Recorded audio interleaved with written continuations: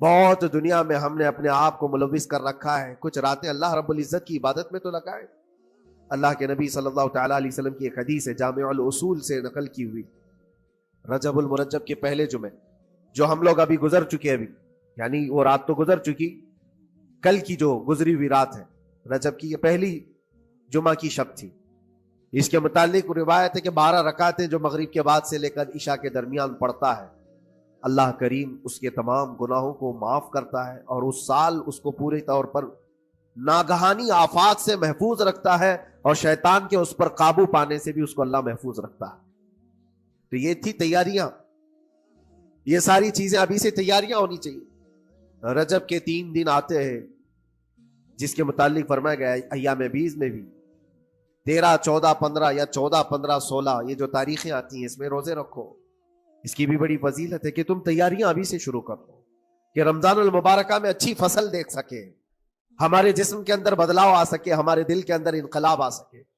اور تیاری یہاں سے نہ کر کے صرف رمضان میں ہی امید لگائے بیٹھتا ہے تو میرے عزیزوں کچھ تو صفائی کی ضرورت ہوتی ہے.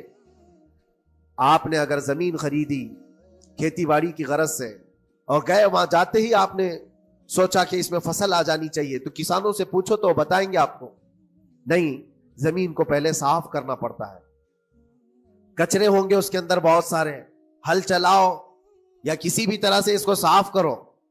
صاف کرنے کے بعد پھر یہ بھی کسان کہتا ہے کہ زمین کو تھوڑا ڈھیلا کر دو، بڑے بڑے ڈھیلے ہوں تو اس کو توڑ دو اور مٹی نرم ہو جائے. اور اس کے بعد پھر کسان کہتا ہے تھوڑا پانی بھی چھڑکاؤ کرو، گیلی ہو جائے، تب جا کر کے تم اس پر بیج بو. میرے عزیزو یہ رجب بیج بونے کا موسم ہے تو پہلے زمین کو ڈھیلا تو کر لو، زمین کے اندر جو کچرے ہیں اس کو نکال تو دو، دل کے اندر جو وسوسے بھرے ہوئے ہیں، گناہوں کے خیالات بھرے ہوئے ہیں، اس کو پاک تو کرو. اس کو پاک کرنے کے لیے اللہ کریم کی بارگاہ میں آ کر گڑ گڑاؤ. تمہارا ایک آنسو تمہارے تمام گناہوں کو اور اللہ کے غضب کو ٹھنڈا کر دیتا ہے. ہاں، ایک آنسو کا قطرہ تمہارے لیے اللہ کریم ہے، موتی سمجھ کے شان کریمی نے چن لیے قطرے جو گرے تھے عرق انفعال کے. امام غزالی رحمۃ اللہ تعالی علیہ نے لکھا ہے کہ آج اللہ تبارک و تعالیٰ کی رحمت کو اپنی طرف مائل کرنے کے لیے اگر تم کچھ کر سکتے ہو تو بس یہ ہے کہ دنیا رونے اور گڑ گڑانے سے نہیں مانتی، لیکن مولا کریم بندے کے ایک مرتبہ سجدہ کر کے اسے پکارنے سے فوراً قبول کرتا. موسیٰ علیہ الصلوۃ والتسلیم اللہ تعالیٰ سے پوچھتے ہیں مولا جب تیرے بندے تجھے پکارتے ہیں تو اس میں نیک لوگ بھی ہوتے ہیں اور گنہگار بھی ہوتے ہیں، تو کیا تو سب کی پکار کا جواب دیتا ہے؟ توجہ، اللہ رب العزت فرماتا ہے اے موسیٰ میرے پکارنے والے بندوں میں نیکوکار بھی ہیں گنہگار بھی ہیں. ہاں، نیک بندہ جب مجھے پکارتا ہے یا ربی تو میں جواب میں کہتا ہوں لبیک یا عبدی، اے میرے بندے میں حاضر ہوں، بتا تیری کیا حاجت ہے. پھر موسیٰ علیہ السلام پوچھتے ہیں کہ مولا یہ تو نیک بندہ جب پکارتا ہے تو کہتا ہے لبیک یا عبدی، اور جب گنہگار پکارتا ہے تب کیا کہتا ہے؟ رب تعالیٰ فرماتا ہے جب میرا گنہگار بندہ مجھے پکارتا ہے یا ربی تو میں اس کے جواب میں 70 بار لبیک یا عبدی کہتا ہوں.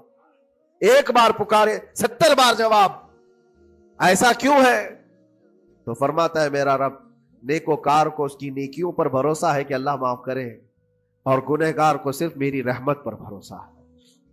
اس کے پاس ہے کچھ نہیں، اس کے آس پاس وہ نظر ڈالتا ہے میں نے کوئی ایسی نیکی رکھی نہیں ہے، صرف اللہ رب العزت کی رحمت ہے جو مجھے معاف کر سکتی ہے. وہ مجھ پر یقین کر کے پکارتا ہے، اس لیے اس کے سوال کا میں بار بار جواب دیتا ہوں. عزیزان گرامی وقار، اقبال نے سچ ہی کہا تھا ہم تو مائل بکرم ہے کوئی سائل ہی نہیں. یہ رب تبارک و تعالیٰ کی طرف سے کہ اللہ تبارک و تعالیٰ کرم پر کرم کرنے کے لیے موقع عنایت کرتا ہے. یا بندے کو آنے کا موقع ہی نہیں ہے، بندہ آنا نہیں چاہتا ہے. اس سے پہلے کہ تمہارے ساری چیزیں بند ہو جائیں، دروازے ختم ہو جائیں، اللہ رب العزت کی بارگاہ میں آؤ اور اسے پکارو. یقیناً یہ تمام چیزیں تمہاری زندگی میں انقلاب لاتی ہیں، بہت بڑی تبدیلی لاتی ہیں. عزیزان گرامی، پھر میں یہ عرض کرتا ہوں کہ رجب کے اس مہینے میں دل کو نرم کرنا بہت ضروری ہے. دلوں کی سختیاں آج گناہوں کی طرف مائل کرتی ہیں. ہمارا دل سخت ہے یا نرم ہے اس کو پہچاننے کے کئی تھرمامیٹر دیے گئے ہیں ہمارے پاس. چیک کرو ہمارا دل کس پوزیشن میں ہے آج. امام غزالی فرماتے ہیں 3 علامتیں ایسی ہیں جس سے پتہ چل جاتا ہے انسان کا دل سخت ہے یا نرم ہے، بیمار ہے یا صحت یاب ہے. یہ ڈاکٹر لوگ اسکیننگ سے یا سونوگرافی سے نہیں بتا سکتے کہ تمہارے دل کی یہ کیفیت کیسے، اس کو اہل بصیرت سمجھ سکتے.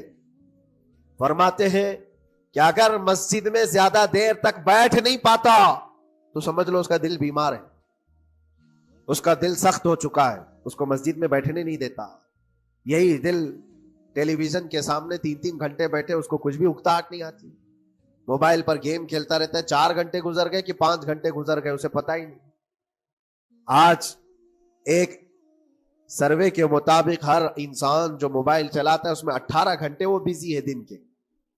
کئی جگہوں پر ایسے حالات آئے 18 گھنٹے دن میں ہوتے ہی ہے 24 گھنٹے، جس میں 6 گھنٹے اگر آرام کے نکالے تو باقی پورے. اگر آپ کو یہ بیان پسند آیا تو ویڈیو کو لائک ضرور کریں، اپنے دوستوں کے ساتھ شیئر کریں اور فردوس اسلامک انسائٹ کو سبسکرائب کرنا نہ بھولیں.